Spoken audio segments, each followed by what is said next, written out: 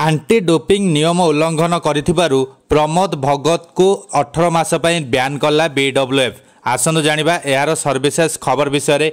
Aunty doping नियम उल्लंघन करी दोषी साब्यस्त हेबा परे बैडमिंटन वर्ल्ड फेडरेशन तथा बीडब्ल्यूएफ प्रमोद भगत को 18 मास पई ब्यान करिछि। से आउ पेरिस ओलंपिक्स 2024 रो अंश हेबे नाही बोली सूचना मिलिछि।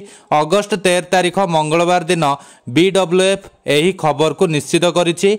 मार्च 1 तारिख रे court of arbitration of sports तथा सीएएस रो एंटी डोपिंग डिवीजन बैडमिंटन खिलाड़ी प्रमोद को बीडब्ल्यूएफ एंटी डोपिंग नियम उल्लंघन करिथिबारु दोषी साब्यस्त करिछि। से गत 12 मास मध्यरे 3 थर डोपिंग परीक्षा रे विफल होइछन्ति। Bhagat GSL 3 athlete CAS appeal division रे आवेदन करथिले, किंतु जुलाई 29 2024 रे तांको आवेदन को प्रत्याख्यान कर जाइथिला। सीएएस अपील डिवीजन मार्च 1 तारिख रे सेमानक निष्पत्ति निश्चित करथिला।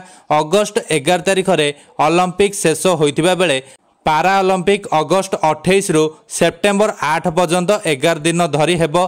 टोकियो 2020 पाराओलंपिक्स पुरुष एकक SL3 वर्ग रे स्वर्ण पदक जीति प्रमोद इतिहास सृष्टि करथिले।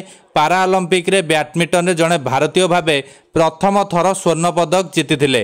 1988 मसीह जन्मग्रहण करिथिबा प्रमोद 5 वर्ष मध्य पोलियो रोग रे आक्रांत होइथिले, जहाद्वारा तांकर बाम गोड़ प्रभावित होइथिला।